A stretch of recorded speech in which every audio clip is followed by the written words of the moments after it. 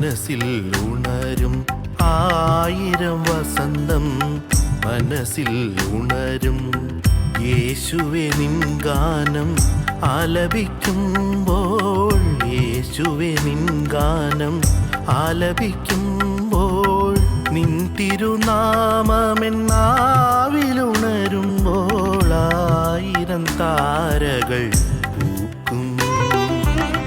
കുഞ്ഞുങ്ങൾ പുഞ്ചിരി തൂകും സ്വരത്തിലും നിൻ ഗാനം, പൂക്കൾ തൻ സുഗന്ധത്തിലും തീരാത്ത നിൻ സാമീപ്യം. ആയിരം വസന്തം മനസ്സിൽ ഉണരും, ആയിരം വസന്തം മനസ്സിൽ ഉണരും.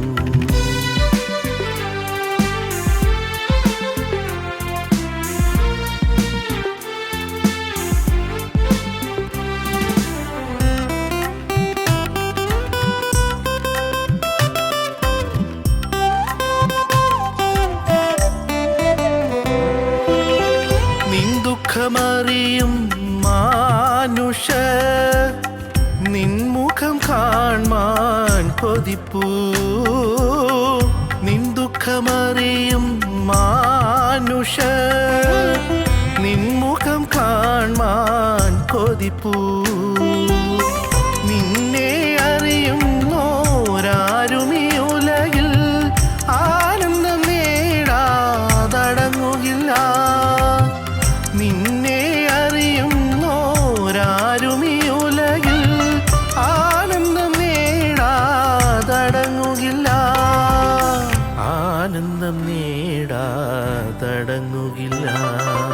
ആയിരം വസന്തം മനസ്സിൽ ഉണരും, ആയിരം വസന്തം മനസ്സിൽ ഉണരും.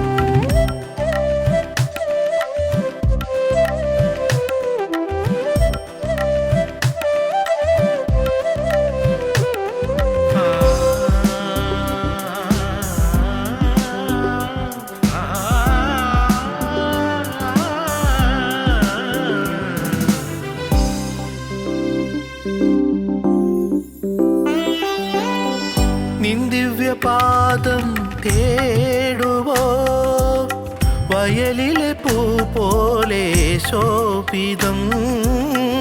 നിൻ ദിവ്യപാദം തേടുവോ വയലിലെ പൂ പോലെ ശോഭിതം. നിന്റെ മനോഹര ജീവിതം നേടുവാൻ പരസ്പര സ്നേഹം നുകരും. നിന്റെ മനോഹര ജീവിതം നേടുവാൻ പരസ്പര സ്നേഹം നുകരും, പരസ്പര സ്നേഹം നുകരും. ആയിരം വസന്തം മനസ്സിൽ ഉണരും, ആയിരം വസന്തം മനസ്സിൽ ഉണരും യേശുവേ നിൻ ഗാനം ആലപിക്കുമ്പോൾ, യേശുവേ നിൻ ഗാനം ആലപിക്കുമ്പോൾ, നിൻ തിരുനാമമെന്നാവിലുണരുമ്പോൾ ആയിരം താരകൾ പൂക്കും. കുഞ്ഞുങ്ങൾ പുഞ്ചിരി തൂകും സ്വരത്തിലും നിൻ ഗാനം, പൂക്കൾ തൻ സുഗന്ധത്തിലും തീരാത്ത നിൻ സാമീപ്യം. ആയിരം വസന്തം മനസ്സിൽ ഉണരും, ആയിരം വസന്തം മനസ്സിൽ ഉണരും.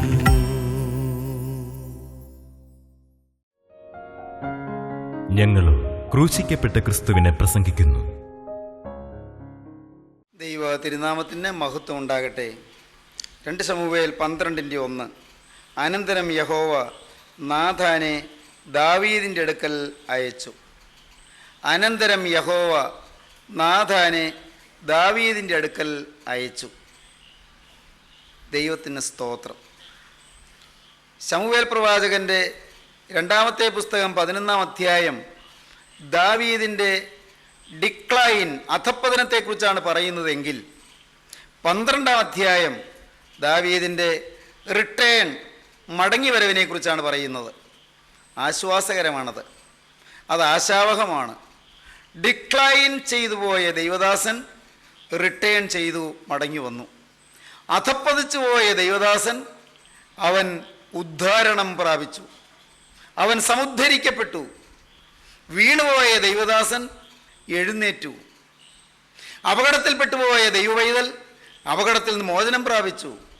പൈശാചികന്റെ കെണിയിൽപ്പെട്ടുപോയ ദൈവദാസൻ പൈശാചികന്റെ ഊരാക്കുരുക്കുകളിൽ നിന്ന് മോചനം പ്രാപിച്ചു. ദൈവത്തിന് സ്തോത്രം. അതിനൊരു പോസിബിലിറ്റി ഉണ്ട്, രക്ഷപ്പെടാനൊരു സാധ്യതയുണ്ട്, ഇന്നുമുണ്ട്, എക്കാലത്തുമുണ്ട്. കാരണം യേശു എന്നും ജീവിക്കുന്നു.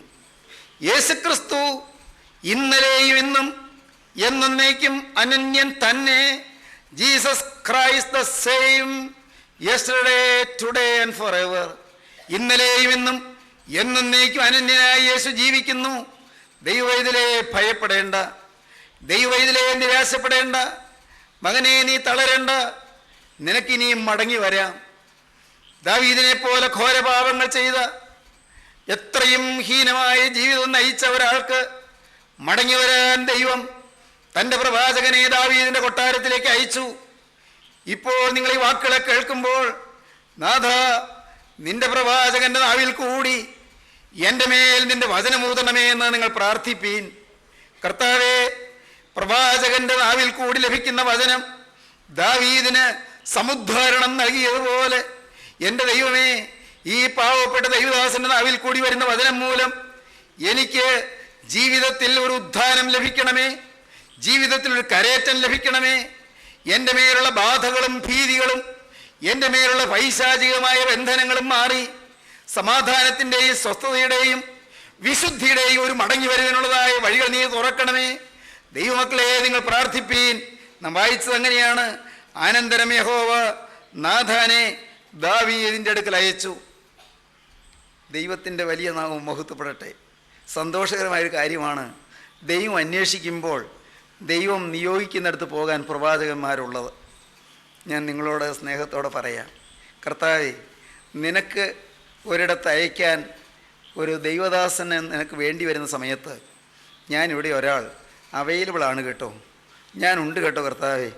ഞാൻ എന്നെ തന്നെ ത്യജിച്ച് എന്നെ തന്നെ താഴ്ത്തി നീ എന്നെ ആക്കുന്നിടത്ത് പോകാൻ കർത്താവേ, സ്വന്തം താല്പര്യങ്ങളും സ്വന്തം പരിപാടികളും മാറ്റിവെച്ച് എന്നെ എവിടെ അയച്ചാലും പോകാൻ നിനക്ക് വേണ്ടി നിൽക്കാൻ ഇവിടെ ഞാൻ ഒരാളുണ്ട് കേട്ടോ കർത്താവേ. നിങ്ങൾക്ക് പറയാൻ പറ്റുമോ? I am ever available to my Jesus. ഞാൻ എന്നും യേശുവിന് അവൈലബിൾ ആയിരിക്കും. I would be ever available to my Jesus. എൻ്റെ യേശുവിന് ഞാൻ എന്നും അവൈലബിൾ ആയിരിക്കും. എന്നെ യേശുവിന് എപ്പോൾ വേണമെങ്കിലും ഉപയോഗിക്കാം, എവിടെ വേണമെങ്കിലും ഉപയോഗിക്കാം. ഒരു കളിപ്പന്ത് തട്ടുന്നത് പോലെ തട്ടിക്കളിക്കാം. ഒരു ഭക്തൻ പറഞ്ഞതാണ് അങ്ങനെ, ആത്മനിറവുള്ളൊരു ദൈവദാസൻ പറഞ്ഞതാണ്. കർത്താവേ, ഒരു കളിപ്പന്ത് തട്ടുന്നത് പോലെ തട്ടിക്കളിച്ചുകൊള്ളൂ.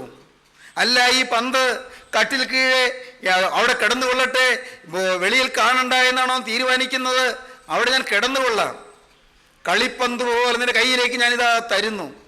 കളിക്കളത്തിൽ കുട്ടികളിട്ട് തട്ടുന്ന പന്ത് പോലെ അനേകരിട്ട് തട്ടിക്കൊള്ളട്ടെ കർത്താവേ, എനിക്ക് സമ്മതമാണ്. പാദാഘാതമേൽക്കാൻ എനിക്ക് മനസ്സാണ്. കുട്ടികളുടെ കാലിൻ്റെ ആഘാതമേറ്റ് തകരാനും തളരാനും എനിക്ക് മനസ്സാണ്. മുഷിയാനും ചീത്തയാകാനും എനിക്ക് മനസ്സാണ്. ആളുകൾ തട്ടിക്കളിച്ചു കൊള്ളട്ടെ, എന്നെ പരിഹസിച്ചു കൊള്ളട്ടെ, എന്നെ എറിഞ്ഞുകൊള്ളട്ടെ കർത്താവേ. എന്നെ എറിയുന്നതിൽ കൂടി അവർക്ക് രസം കിട്ടുന്നെങ്കിൽ കിട്ടിക്കൊള്ളട്ടെ. ദൈവത്തിന് സ്തോത്രം. എന്നെ ആരും കാണാതെ ഒരു കട്ടിൽ കീഴെ ഒതുക്കി ഇടണമോ കർത്താവേ? അതാണോ നിന്റെ ഇഷ്ടം? സമ്മതം. ഏതായാലും സമ്മതം താൻ. പാട്ടുകാരൻ അങ്ങനെ പാടി, ഏതായാലും സമ്മതം താൻ. പ്രിയപ്പെട്ടവരെ, നാഥാൻ പ്രവാചകൻ ദൈവം അന്വേഷിക്കുമ്പോൾ ദൈവത്തിന് വേണ്ടി എവിടെയും പോകാൻ തയ്യാറായിരുന്നു. ദൈവത്തിന് സ്തോത്രം. നാഥാൻ പ്രവാചകനെ കുറിച്ച് നാം വേറെയും കാണുന്നുണ്ട്. നാഥാൻ പ്രവാചകൻ ദാവീദിന്റെ കൊട്ടാരത്തിലേക്ക് കടന്നു ചെന്ന നാഥാൻ പ്രവാചകൻ പിന്നെയും പല സ്ഥലങ്ങളിലും ഈ ബൈബിളിൽ നമുക്ക് വായിക്കാൻ സാധിക്കുന്നുണ്ട്. കർത്താവിൻ്റെ ഇച്ഛ അനുസരിക്കുവാൻ വചനവുമായി കടന്നുപോയിട്ടുണ്ട് എന്ന്. പ്രവാചകന്മാരെല്ലാം അങ്ങനെയാണ്. ദൈവത്തിൻ്റെ വചനം അത് പ്രസ്താവിക്കുവാൻ, ഭയം കൂടാതെ പ്രസ്താവിക്കുവാൻ, ഭീതി കൂടാതെ പ്രസ്താവിക്കുവാൻ, ധൈര്യത്തോടെ പ്രസ്താവിക്കുവാൻ പ്രവാചകന്മാർ എക്കാലത്തും ദൈവത്തിന് തങ്ങളെ തന്നെ കൊടുത്തിട്ടുള്ളവരാണ്. ദൈവത്തിന് സ്തോത്രം. ഹിസ്കിയ രാജാവിൻ്റെ കൊട്ടാരത്തിലേക്ക് പണ്ട് യെശയ്യാ പ്രവാചകനെയും അയച്ചു. യെശയ്യാ പ്രവാചകൻ ഹിസ്കിയ രാജാവിൻ്റെ കൊട്ടാരത്തിൽ ചെന്നു. പറഞ്ഞതോ, നീ സൗഖ്യമാകുകയില്ല, നീ ഈ കിടക്കയിൽ നിന്ന് എഴുന്നേൽക്കുകയില്ല, നീ മരിച്ചു പോകും, നിന്റെ ഗ്രഹകാര്യം വേഗം ക്രമത്തിലാക്കിക്കൊള്ളൂ. യെശയ്യാവിൻ്റെ പുസ്തകം 38-ാം അധ്യായം 1-ാം വാക്യവും രാജാക്കന്മാരുടെ 2-ാം പുസ്തകം 20-ാം അധ്യായം 1-ാം വാക്യവും വായിക്കുമ്പോൾ കാണാം, set your affairs in order and prepare to die എന്ന് യെശയ്യാവ് എന്ന് പറയുന്നത്. പ്രവാചകൻ എന്ന് പറയുകയാണ്. ദൈവം കൽപ്പിച്ചതാണ് പ്രവാചകൻ പറയുന്നത്. പ്രവാചകന് സ്വന്തത്തിൽ നിന്ന് പറഞ്ഞാൽ പ്രവാചകന് കേടുപറ്റിപ്പോകും, പ്രവാചകൻ അവിശ്വസ്തനായി പോകും. ദൈവം പരമേൽപ്പിക്കാത്തത് പ്രവാചകൻ പറഞ്ഞാൽ അത് ദൈവസന്നിധി അവിശ്വസ്തതയായി പോകും. ദൈവം പരമേൽപ്പിച്ചത് മുഴുവൻ പറഞ്ഞില്ലെങ്കിലും ദൈവസന്നിധിയിൽ പ്രവാചകൻ അവിശ്വസ്തനായി പോകും. Set your affairs in order and prepare to die. നിന്റെ ഗ്രഹകാര്യം ക്രമത്തിലാക്കുക, നീ മരിച്ചു പോകും, സൗഖ്യമാകുകയില്ല എന്ന് യഹോവ അരുളി ചെയ്യുന്നു എന്നാണ് യെശയ്യാവ് എന്ന് പറഞ്ഞത്. പ്രവാചകൻ രാജാവിൻ്റെ കൊട്ടാരത്തിലേക്ക് ചെന്നു. നാഥാൻ പ്രവാചകൻ ദാവീദ് രാജാവിൻ്റെ കൊട്ടാരത്തിലേക്ക് ചെന്നു. നാഥാൻ പ്രവാചകനെ ദൈവം അയച്ചു. എന്തിന്? ദൈവം ദാവീദിനെ സ്നേഹിക്കുന്നത് കൊണ്ട്. പ്രവാചകൻ പറഞ്ഞത് അല്പം കട്ടിയാണ്, പറഞ്ഞത് അല്പം വേദനാകരമാണ്. ഉള്ളം നീറിപ്പടരുന്നതും ഉള്ളം വിണ്ടു കീറുന്നതുമായ വാക്കുകളാണ് പ്രവാചകൻ പറഞ്ഞത്. എക്കാലത്തും അങ്ങനെയാണ് കേട്ടോ. യിരെമ്യാ പ്രവാചകൻ പണ്ട് പറഞ്ഞപ്പോൾ സിദ്ക്കിയാ രാജാവിന് ദേഷ്യം വന്നു. രാജാവ് എന്ത് ചെയ്തു എന്നോ? യിരെമ്യാ 24-25 അധ്യായം വായിക്കുമ്പോൾ കാണാം. യിരെമ്യാ പ്രവാചകൻ ശക്തമായി രാജാവിൻ്റെ മുഖത്ത് നോക്കി ദൈവത്തിൻ്റെ അരുളപ്പാട് പറഞ്ഞപ്പോൾ സിദ്ക്കിയാ രാജാവിന് ദേഷ്യം വന്നിട്ട് സിദ്ക്കിയാ രാജാവ് യിരെമ്യാ പ്രവാചകനെ പടുകുഴിയിലേക്ക് തള്ളുവാൻ കൽപ്പന കൊടുത്തു. പ്രിയപ്പെട്ടവരെ, ദൈവത്തിന് സ്തോത്രം. ആഹാരം കൊടുക്കാതെ യിരെമ്യാവിനെ കൽത്തുറുങ്കിലിടാൻ രാജാവ് കൽപ്പന കൊടുത്തു. യിരെമ്യാവ് പാവം, ദൈവം പറഞ്ഞ വചനം പറഞ്ഞേ ഉള്ളൂ. അത് അധികാരവർഗത്തിന് ഇഷ്ടപ്പെട്ടില്ല, മേലാളന്മാർക്ക് ഇഷ്ടപ്പെട്ടില്ല. ദൈവം പറഞ്ഞ വചനം, ദൈവം പരമേൽപ്പിച്ച വചനം വിശ്വസ്തയോടെ പ്രസ്താവിച്ചപ്പോൾ മേലാളന്മാർ അമർഷം പൂണ്ടു, അരിശം കൊണ്ടു. ദൈവത്തിന് സ്തോത്രം. എക്കാലത്തും അങ്ങനെയാണ്. സത്യം പറയുന്ന പ്രവാചകന്മാർ എതിർപ്പുകളെ നേരിടേണ്ടി വരും. ദൈവത്തിന് സ്തോത്രം. സത്യം പറയുവാൻ വിശ്വസ്തയോടെ നിൽക്കുന്ന ദൈവത്തിൻ്റെ പ്രവാചകന്മാർ എക്കാലത്തും അവർ അമർഷത്തെ അഭിമുഖീകരിക്കേണ്ടി വരും. ദൈവത്തിന് സ്തോത്രം. പക്ഷേ ഭാഗ്യവശാൽ നാഥാൻ പ്രവാചകന് എതിർപ്പുണ്ടായില്ല.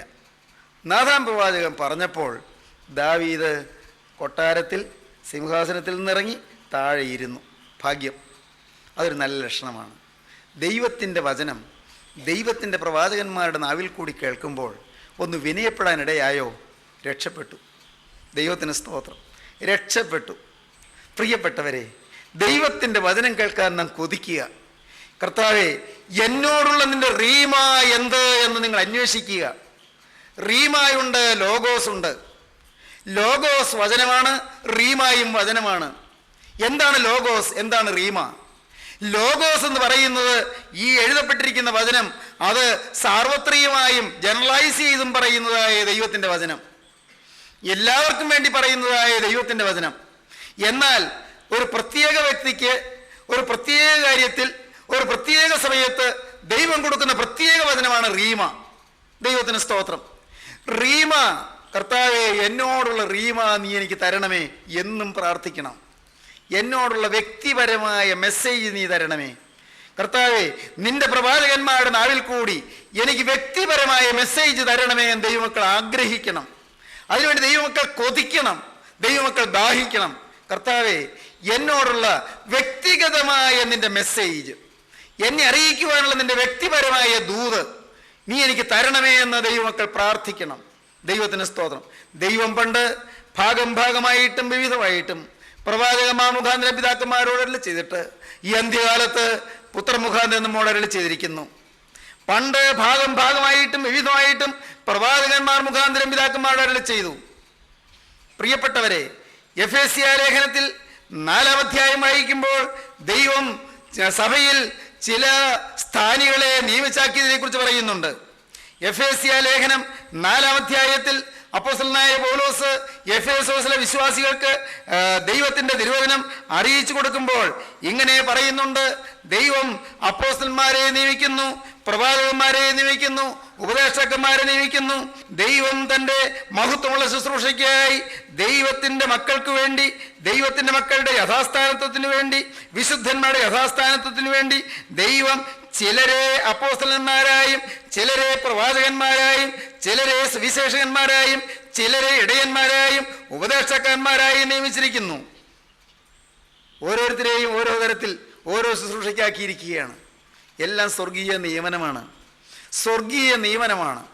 ദൈവത്തിൻ്റെ വലിയ നാമം മഹത്വപ്പെടട്ടെ. സ്വർഗത്തിൻ്റെ അപ്പോയിൻറ്റ്മെൻ്റാണ്, സ്വർഗീയ പിതാവിൻ്റെ നിയമനമാണ്. എന്താണ്? എഫേസ്യ ലേഖനം 4-ാം അധ്യായം 11-ാം വാക്യം മുതൽ, അവൻ ചിലരെ അപ്പോസ്തലന്മാരായും ചിലരെ പ്രവാചകന്മാരായും ചിലരെ സുവിശേഷകന്മാരായും ചിലരെ ഇടയന്മാരായും ഉപദേഷ്ടാക്കന്മാരായും നിയമിച്ചിരിക്കുന്നു. എന്തിനു വേണ്ടി? അത് നാം എല്ലാവരും വിശ്വാസത്തിലും ദൈവപുത്രനെക്കുറിച്ചുള്ള പരിജ്ഞാനത്തിലുമുള്ള ഐക്യതയും തികഞ്ഞ പുരുഷത്വവും ക്രിസ്തുവിൻ്റെ സമ്പൂർണതയായ പ്രായത്തിൻ്റെ അളവും പ്രാപിക്കുവോളം വിശുദ്ധന്മാരുടെ യഥാസ്ഥാനത്വത്തിനായുള്ള ശുശ്രൂഷയുടെ വേലയ്ക്കും ക്രിസ്തുവിൻ്റെ ശരീരമാകുന്ന സഭയുടെ ആത്മീയ വർധനയ്ക്കുമാകുന്നു. വിശുദ്ധന്മാരുടെ യഥാസ്ഥാനത്വത്തിനും സഭയുടെ ആത്മീയ വർധനയ്ക്കും വേണ്ടി പ്രവാചകന്മാരെ നിയമിച്ചു, സുവിശേഷന്മാരെ നിയമിച്ചു, ഇടയന്മാരെ നിയമിച്ചു, അപ്പോസ്തലന്മാരെ നിയമിച്ചു. ദൈവത്തിന് സ്തോത്രം. എക്കാലത്തും ദൈവം പ്രവാചകന്മാരെ നിയമിക്കാറുണ്ട്. അപ്പോസ്തലനായ പൗലോസ് 1 കൊരിന്ത്യർ 14-ാം അധ്യായത്തിൽ അപ്പോസ്തലൻ പറയും, എന്താണ് പറയുന്നത്? പ്രവചനവരം വാഞ്ചിപ്പീൻ എന്ന്. പ്രവചനവരം വാഞ്ചിപ്പീൻ. 14-ാം അധ്യായം 1-ാം വാക്യം, സ്നേഹം ആചരിപ്പാൻ ഉത്സാഹിപ്പീൻ, ആത്മീക വരങ്ങളും വിശേഷാൽ പ്രവചനവരവും വാഞ്ചിപ്പീൻ. ദൈവത്തിൻ്റെ പരിശുദ്ധാത്മാവ് വരുന്ന വചനം പറയുന്ന പ്രവചനവരം, അതിനുവേണ്ടി വാഞ്ചിക്കാൻ. പ്രിയപ്പെട്ടവരെ, ഒരല്പം ഉയർന്ന നിലവാരത്തിലേക്കും ഉയർന്ന തലത്തിലേക്കും നിങ്ങളെ ഇന്ന് ഉയർത്തിക്കൊണ്ടു പോകുവാൻ ഞാൻ ആഗ്രഹിക്കുകയാണ്. നിങ്ങൾ ആഗ്രഹിക്കണം, കർത്താവേ, ഈ തലമുറയിലെ ജീവനുള്ള ദൈവത്തിൻ്റെ പ്രവാചകനായി എനിക്ക് എഴുന്നേൽക്കണം. ഈ തലമുറയിൽ ജീവനുള്ള ദൈവത്തിൻ്റെ പ്രവാചകനായി എനിക്ക് നിൽക്കണം.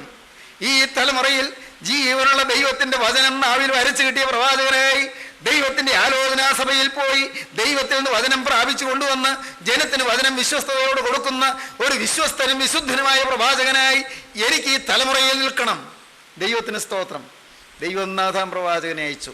ഒരു ദൈവവൈതൽ തളരുമ്പോൾ, ഒരു ദൈവവൈതൽ തകരുമ്പോൾ, ഒരു ദൈവവൈതൽ വീഴുമ്പോൾ, ഒരു ദൈവവൈതൽ വഴിതെറ്റിപ്പോകുമ്പോൾ അവിടെ തക്ക സമയത്ത് വചനവുമായി വരാൻ പ്രവാചകന്മാരെ ദൈവം എഴുന്നേൽപ്പിക്കും. ദൈവത്തിന് സ്തോത്രം. വചനവുമായി അവിടെ തക്ക സമയത്ത് ചെന്ന് തർജ്ജനം ചെയ്യേണ്ടടുത്ത് തർജ്ജനം ചെയ്യാൻ, ശാസിക്കേണ്ടടുത്ത് ശാസിക്കാൻ, ശിക്ഷണം കൊടുക്കേണ്ടടുത്ത് ശിക്ഷണം കൊടുക്കുവാൻ, ഉപദേശിക്കേണ്ടടുത്ത് ഉപദേശിപ്പാൻ, മധുരമായും സൗമ്യമായും ഇടപെട്ട് പയ്യെ പൊക്കിയെടുക്കേണ്ടടുത്ത് കേടുകൂടാതെ പൊക്കിയെടുക്കാൻ ദൈവം പ്രവാചകന്മാരെ നിയമിക്കും. ദൈവത്തിന് സ്തോത്രം. ദൈവത്തിൻ്റെ വഴികൾ എത്ര മനോഹരം. പ്രിയപ്പെട്ടവരെ, ആത്മലോകം എന്ത് സുന്ദരം, ആത്മലോകം എന്ത് മധുരം, ആത്മലോകം എത്ര ശ്രേഷ്ഠം, ആത്മാവിൻ്റെ വഴികൾ എത്ര അനുഗ്രഹകരം. ദൈവത്തിന് സ്തോത്രം. പരിശുദ്ധാത്മാവിൻ്റെ വഴിയോടും പരിശുദ്ധാത്മാവിൻ്റെ വചനങ്ങളോടും ചേർന്ന് വരുവീൻ. ദൈവത്തിന് സ്തോത്രം. പ്രിയപ്പെട്ടവരെ, യഹോവ നാഥാനെ ദാവീദിൻ്റെ അടുക്കൽ അയച്ചു. Return, selection, decision, decline, return. മടങ്ങി വരാൻ പോവുകയാണ്. ഇന്ന് സ്നേഹിതരെ, നിങ്ങൾക്ക് ആർക്കെല്ലാം മടങ്ങി വരാൻ താല്പര്യമുണ്ട്? ആർക്കെല്ലാം തിരികെ വരാൻ താല്പര്യമുണ്ട്? യഥാസ്ഥാനപ്പെടാൻ ആർക്കെല്ലാം താല്പര്യമുണ്ട്? ശരിയായ സ്ഥാനത്തിരുന്ന ആള്, ആ സ്ഥാനത്ത് നിന്ന് മാറിപ്പോയ ആള്, ആ ആള് ശരിയായ സ്ഥാനത്തേക്ക് മടക്കി വരുത്തുന്നതാണ് യഥാസ്ഥാനപ്പെടുത്തുക എന്ന് പറയുന്നത്. യഥാസ്ഥാനം, ദൈവം തന്ന പദവിയുടെ സ്ഥാനത്ത് നിന്ന് ഊർന്നിറങ്ങിപ്പോയി വിട്ടുപോയ മനുഷ്യനെ അവിടെ നിന്ന് പൊക്കിയെടുത്ത് യഥാസ്ഥാനപ്പെടുത്തുവാൻ ദൈവം പ്രയത്നിക്കുകയാണ്, ദൈവം അധ്വാനിക്കുകയാണ്. സഹോദരികളെ, നിങ്ങൾക്ക് ആശയുണ്ടോ യഥാസ്ഥാനപ്പെടാൻ? കർത്താവേ, നീ തന്ന പദവിയെല്ലാം കളഞ്ഞു കുളിച്ചു. നീ നാവിൽ വചനം തന്നതായിരുന്നു, നാവിന് മധുരം തന്നതായിരുന്നു, ഒരു വാക്ക് പറയുമ്പോൾ അനേകരുടെ ഉള്ളം കുളിർത്തതായിരുന്നു. കർത്താവേ, ഞാനൊന്ന് പ്രാർത്ഥിക്കുമ്പോൾ സ്വർഗത്തിലെ തീ ഇറങ്ങിയതായിരുന്നു. കർത്താവേ, ഞാനൊന്ന് സ്തുതിക്കുമ്പോൾ ആത്മാവ് ചലിച്ചതായിരുന്നു. ഇന്നെല്ലാം നിർജീവമായല്ലോ കർത്താവേ, ഇന്നെല്ലാം മരവിച്ചു പോയല്ലോ, എല്ലാം തകർന്നു പോയല്ലോ, ഇന്ന് ആത്മവീര്യം കെട്ടുപോയല്ലോ, ഇന്ന് ബലശാലി ചെമ്പുചങ്ങലയിൽ കുടുങ്ങി ദാവോന്റെ ക്ഷേത്രത്തിൽ ബന്ധിക്കപ്പെട്ടു പോയല്ലോ. ദൈവത്തിന്റെ വലിയ നാമം മഹത്വപ്പെടട്ടെ. ഇന്ന് ചില ബലശാലികൾ, ഇന്ന് ചില വീരപുരുഷന്മാർ ദലീലായ മടിയിൽ ഉറങ്ങിക്കിടക്കുന്നല്ലോ. കരുണയുള്ള കർത്താവേ, ഇന്ന് നാഥ, ഇന്ന് ചില പ്രവാചകന്മാർ കിഴക്കോട്ട് പോകുവാൻ കൽപ്പന പുറപ്പെട്ടപ്പോൾ പടിഞ്ഞാറോട്ട് തർശീസിലേക്കുള്ള കപ്പലിൽ കയറി കൂലി കൊടുത്ത് കപ്പലിൽ യാത്ര ചെയ്യുന്നല്ലോ. ദൈവത്തിന് സ്തോത്രം. കർത്താവേ, ഇന്ന് പ്രവാചകന്മാർ ചിലര് ആ സമയത്ത് ഉറങ്ങിക്കിടക്കുന്നല്ലോ. ദൈവത്തിന്റെ വലിയ നാമം മഹത്വപ്പെടട്ടെ. ദൈവജനമേ, ഈ വാക്കുകളെ കേൾക്കുമ്പോൾ ഉണരാൻ നിങ്ങൾക്ക് താല്പര്യമുണ്ടോ? ഉണർത്താൻ യേശുവുണ്ട്.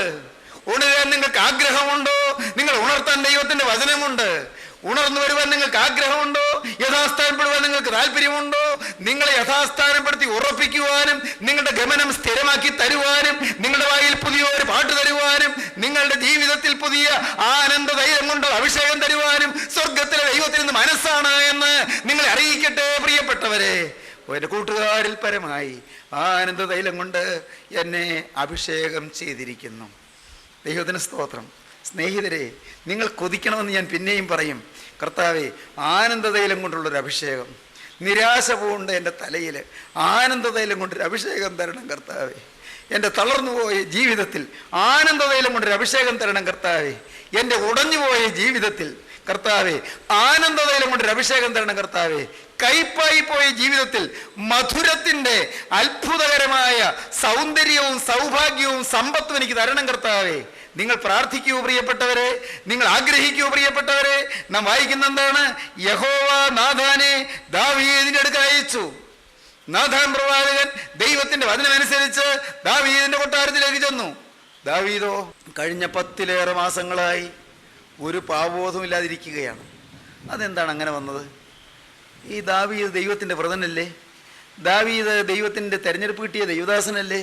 കുറ്റബോധം കിട്ടാത്തത് എന്താണ്? പ്രിയപ്പെട്ടവരെ, അതിനുള്ള മറുപടി കോരിന്ത്യർക്കുള്ള ലേഖനത്തിൽ കാണാം. കോരിന്ത്യർക്ക് എഴുതിയ 2-ാമത്തെ ലേഖനത്തിൽ 3-ാം അധ്യായത്തിൽ അപ്പോസ്തലനായ പൗലോസ് പറയും, ഈ ലോകത്തിന്റെ ദൈവം അവിശ്വാസികളുടെ മനസ്സ് കുരുടാക്കി. മനസ്സ് കുരുടാക്കുന്നൊരു പിശാചുണ്ട്. സുബോധം നഷ്ടപ്പെടുത്തുന്ന ഒരു പിശാചുണ്ട്. സുബോധം കളയും പിശാച്. നമ്മുടെ ബുദ്ധി നശിപ്പിക്കും, നമ്മുടെ ഓർമ്മ നശിപ്പിക്കും. പാപബോധം കിട്ടാതെ മനസ്സ് മരവിച്ചു പോകും, മനസ്സ് കടുത്തു പോകും, മനസ്സ് മടുത്തു പോകും, മനസ്സ് തഴമ്പിച്ചു പോകും. ഹൃദയം തഴമ്പിച്ച അനുഭവത്തിൽ എത്ര കീറിയാലും കീറുന്നുണ്ട്, പക്ഷെ വേദനിക്കുന്നില്ല. അങ്ങനെയല്ലേ? ഇതാ നമ്മുടെ കയ്യിൽ ഒരു സൂചി കൊണ്ടൊന്ന് കുത്തു, അയ്യോ കൈ പെട്ടെന്ന് വലിക്കും. എന്താ കാരണം? വേദന സെൻസിറ്റീവാണ്. ആ വേദന സൂചിക്ക് സെൻസിറ്റീവാണ്, വേദനിച്ചു. എന്നാൽ ചിലരുടെ കയ്യിൽ കുത്തിയാൽ വേദനിക്കില്ല. കുഷ്ഠരോഗം വളരെ വർദ്ധിച്ച ഒരാളുടെ കയ്യിൽ സൂചി കൊണ്ട് കുത്തിയാൽ ഒരു വേദനയുമില്ല. കത്തി കൊണ്ട് വരഞ്ഞാലോ വരയും മുറിയും, പക്ഷെ ഒരു വേദനയുമില്ല. പ്രിയപ്പെട്ടവരെ, ബ്ലേഡ് കൊണ്ട് മുറിക്കുകയാണ്, ഒരു കുഴപ്പവുമില്ല. എന്താണ് കാരണം? അവിടം രോഗഗ്രസ്തമായി പോയി, അവിടം മരവിച്ചു പോയി. അനേകരുടെ മനസ്സാക്ഷി മരവിച്ചിരിക്കുകയാണ് പ്രിയപ്പെട്ടവരെ. അനേകരുടെ ഹൃദയം തഴമ്പിച്ചു പോയിരിക്കുകയാണ്. പാപബോധമില്ല, കുറ്റബോധമില്ല. പരിശുദ്ധാത്മാവ് വരുമ്പോൾ പാപത്തെക്കുറിച്ചും നീതിയെക്കുറിച്ചും ന്യായവിധിയെക്കുറിച്ചും ബോധം വരുത്തും. പരിശുദ്ധാത്മാവേ വരണമേ, എനിക്ക് പാപബോധം തരണമേ, എൻ്റെ കല്ലിച്ചുപോയ ഹൃദയത്തെ ഉരുക്കണമേ കർത്താവേ. കല്ലിച്ചുപോയ ഹൃദയം, മരവിച്ചുപോയ ഹൃദയം, തഴമ്പിച്ചുപോയ ഹൃദയം ഉരുക്കിയെടുക്കണമേ കർത്താവേ. എനിക്കൊരു ചലനം തരണമേ, എനിക്കൊരു ചലനം തരണമേ എൻ്റെ ജീവിതത്തിൽ കർത്താവേ. നീ എന്നെ തകർക്കണമേ, തകർന്നതും നുറുകിയതുമായ ഹൃദയം തരണമേ. പിൽക്കാലത്ത് ദാവീദ് അങ്ങനെ പറഞ്ഞു, യഹോവേ തകർന്നതും നുറുകിയതുമായ ഹൃദയത്തെ അവിടുന്ന് നിരസിക്കുന്നില്ലല്ലോ. 51-ാം സങ്കീർത്തനത്തിൽ ദാവീദ് പിൽക്കാലത്ത് പറഞ്ഞു, തകർന്നു നുറുകിയതുമായ ഹൃദയത്തെ ദൈവം നിരസിക്കുന്നില്ല എന്ന്. അരിഷ്ടനും മനസ്സ് തകർന്നവരും എൻ്റെ വചനത്തിങ്കിൽ വിറയ്ക്കുന്നതിനായ മനുഷ്യനെ ഞാൻ കടാക്ഷിക്കുമെന്ന് യെശയ്യാവ് 66-ാം അധ്യായം 2-ാം വാക്യത്തിൽ പറയും. അരിഷ്ടനും മനസ്സ് തകർന്നവനും എൻ്റെ വചനത്തിങ്കിൽ വിറയ്ക്കുന്നതിനായ മനുഷ്യനെ ഞാൻ കടാക്ഷിക്കും. ഹൃദയം നുറുങ്ങിയവർക്ക് യഹോവ സമീപസ്ഥൻ, മനസ്സ് തകർന്നവരെ അവൻ രക്ഷിക്കുന്നുവെന്ന് ദാവീദ് തന്നെ 34-ാം സങ്കീർത്തനം 18-ാം വാക്യത്തിൽ. ഹൃദയം നുറുങ്ങിയവർക്ക് യഹോവ സമീപസ്ഥൻ, മനസ്സ് തകർന്നവരെ അവൻ രക്ഷിക്കുന്നു. സ്നേഹിതരെ, ഇന്ന് ഈ വാക്കുകളെ കേൾക്കുമ്പോൾ നിങ്ങളുടെ ഹൃദയം തകരുന്നുണ്ടോ? കർത്താവേ, ഒരു തകർന്ന ഹൃദയം, ഒരു എളിമയുള്ള ഹൃദയം, ഒരു താഴ്മയുള്ള ഹൃദയം കർത്താവേ, എൻ്റെ ഉള്ളത്തെ നീ ഒന്ന് തകർത്ത് തരണമേ. കുറ്റബോധം തരണമേ, പാപബോധം തരണമേ കർത്താവേ. അന്ന് നൂറ്റാണ്ടുകൾക്ക് മുമ്പ് ഇസ്രായേലിൻ്റെ മധുരഗായകനായ, യഹോവയുടെ ദീർഘദർശിയായ, ദൈവത്തിൻ്റെ വ്രതനായ ദാവീദിൻ്റെ ഹൃദയം തകരാതിരുന്നപ്പോൾ, കുറ്റബോധമില്ലാതിരുന്നപ്പോൾ, പാപബോധമില്ലാതിരുന്നപ്പോൾ നാഥാം പ്രവാചകനെ അയച്ച് പാപബോധം കൊടുത്ത ദൈവമേ, നീ ഇന്നും ജീവിക്കുന്നുണ്ടല്ലോ, എനിക്കൊരു പാവബോധം തരണമേ, എനിക്കൊരു വിനയം തരണമേ, എനിക്കൊരു എളിമ തരണമേ, എന്നെ തകർക്കണമേ. തകർന്ന ഹൃദയത്തോടെ ഞാനിതാ വരുന്നു. എന്നെ നീ ഒന്ന് തലോടണമേ, എൻ്റെ മേൽ നിന്റെ കരം ഒന്ന് വെക്കണമേ. എൻ്റെ ഭാവാവസ്ഥ കാണാൻ എനിക്കൊരു വെളിവ് തരണമേ. എൻ്റെ ഉള്ളം കാണാൻ എനിക്കൊരു ഹൃദയത്തിൻ്റെ ഒരു സുബോധം തരണമേ. എൻ്റെ ഹൃദയത്തിൻ്റെ അവസ്ഥ മനസ്സിലാക്കാൻ എനിക്കിപ്പോൾ ഒരു വെളിവ് തരണമേ കർത്താവേ. നിങ്ങൾ പ്രാർത്ഥിപ്പീൻ ദൈവജനമേ. തകർന്ന ഹൃദയത്തോടെ ദൈവസന്നിധിയിലേക്ക് വരുവീൻ. ദാവീദിനെ തിരിച്ചു വരുത്തിയ ദൈവം എന്നും ജീവിക്കുന്നു. വീണുപോയ മനുഷ്യനെ എഴുന്നേൽപ്പിക്കുന്ന ദൈവം എന്നും ജീവിക്കുന്നു. വഴിതെറ്റിപ്പോയവരെ നേർവഴിക്കാക്കുന്ന ദൈവം എന്നും ജീവിക്കുന്നു. പ്രിയപ്പെട്ടവരെ, പാപത്തിൽ വീണുപോയവരെ എഴുന്നേൽപ്പിച്ച് യഹോസ്ഥാനപ്പെടുത്തുന്ന ദൈവം എന്നും ജീവിക്കുന്നു. യേശുവിന്റെ സ്നേഹം പ്രവാചകന്റെ നാവിൽ കൂടി നിങ്ങളുടെ അരികത്തേക്ക് എത്തി വരുന്ന സമയത്ത് ഓരോരുത്തരും ദൈവകരങ്ങളിലേക്ക് നിങ്ങളെ തന്നെ കൊടുത്തുകൊണ്ട് ദൈവത്തോട് വാക്ക് പറയുവീൻ. നാഥാ, ഇന്ന് വരെയുള്ള ജീവിതം പാഴായി പോയെങ്കിലും എന്നെ സ്നേഹിച്ച് എന്നെ രക്ഷിപ്പാൻ വന്നിരിക്കുന്ന അവിടുത്തെ സ്നേഹത്തെ ഞാൻ വിശ്വസിച്ചുകൊണ്ട് എന്നെ തന്നെ നിനക്ക് തരുന്നു. വിട്ടിലും തുള്ളനും പച്ചപ്പുഴവും വെട്ടിക്കളയും തിന്നുകളഞ്ഞ സംവത്സരങ്ങൾക്ക് വേണ്ടി എനിക്ക് പകരം തരണമേ. കഴിഞ്ഞുപോയ പാഴായിപ്പോയ കാലങ്ങൾക്ക് വേണ്ടി പുതിയ കാലം എനിക്ക് മടക്കി തരണമേ. എന്നെ തിരിച്ചു വരുത്തണമേ, എന്നെ യഥാസ്ഥാനപ്പെടുത്തണമേ. പ്രാർത്ഥിപ്പീൻ ദൈവജനമേ. പുതിയ തീരുമാനങ്ങൾ എടുക്കുവീൻ. ദൈവത്തോട് വാക്ക് പറയുവീൻ. യേശുവേ, നിന്റെ തിരുരക്തത്തിന് ശക്തിയാൽ ഇന്നു മുതൽ ഞാൻ പുതിയ മനുഷ്യനായി ജീവിക്കും. നിങ്ങൾ തീരുമാനമെടുക്കുവീൻ. ദൈവത്തോട് വാക്ക് പറയുവീൻ. ഹൃദയം സമർപ്പിപ്പീൻ. തകർന്ന ഹൃദയത്തോട് ദൈവ കരുണയ്ക്ക് വേണ്ടി യാചിപ്പീൻ. നമുക്ക് പ്രാർത്ഥിക്കാം. ഹല്ലേലൂയ. കരുണയുള്ള കർത്താവേ, സ്നേഹം നിറഞ്ഞ പിതാവേ, ഈ അതിമനോഹരമായ സമയത്തിനായി സ്തോത്രം. ജീവന്റെ അരുളപ്പാടുകൾക്കായി സ്തോത്രം. സ്നേഹത്തിന്റെ ദൂതനായി സ്തോത്രം. മടക്കി വരുന്ന കൃപയ്ക്കായി സ്തോത്രം. തിരികെ കൊണ്ടുവരുന്ന വാത്സല്യത്തിനായി സ്തോത്രം. വീണവരെ എഴുന്നേൽപ്പിക്കുന്ന അത്ഭുത കരുണയ്ക്കായി സ്തോത്രം. വഴിതെറ്റിപ്പോയവരെ നേർവഴിക്കാക്കുന്ന സ്വർഗീയ കൃപയ്ക്കായി സ്തോത്രം. നാഥ, ഇന്നെല്ലാവരെയും തൊടണമേ, എല്ലാവരെയും തലോടണമേ, എല്ലാവരെയും അനുഗ്രഹിക്കണമേ. കർത്താവേ, ഭാരത്തോടിരിക്കുന്നവരുണ്ടല്ലോ, ആകുലങ്ങളോടുകൂടി ഇരിക്കുന്നവരുണ്ടല്ലോ, ആവലാതി കൊണ്ടിരിക്കുന്നവരുണ്ടല്ലോ, മനസ്സ് നൊമ്പരപ്പെട്ടിരിക്കുന്നവരുണ്ടല്ലോ, നിരാശപ്പെട്ടിരിക്കുന്നവരുണ്ടല്ലോ, കല്ലിച്ച ഹൃദയത്തോടുകൂടി ഇരിക്കുന്നവരുണ്ടല്ലോ, എല്ലാവരെയും എൻ്റെ യേശുവിൻ്റെ കരം തൊടണമേ, യേശുവിൻ്റെ കരം തലോടണമേ, ആണിപ്പാടുള്ള കരം തലോടണമേ. കർത്താവേ, എല്ലാവരെയും അനുഗ്രഹിക്കണമേ, കുടുംബ സമാധാനം നൽകണമേ, കുടുംബത്തിൽ ശാന്തി ഏകണമേ, എല്ലാ നന്മകളാലും നിറയ്ക്കണമേ. അവിടുത്തെ രണ്ടാമത്തെ വരവിന് വേണ്ടി ഒരുക്കണമേ. സ്വർഗീയ നിത്യജീവന് വേണ്ടി എല്ലാവരെയും ഒരുക്കണമേ. തിരുനാമം മഹത്വപ്പെടുത്തണമേ. യേശുക്രിസ്തുവിന്റെ വിലയേറിയ നാമത്തിൽ തന്നെ.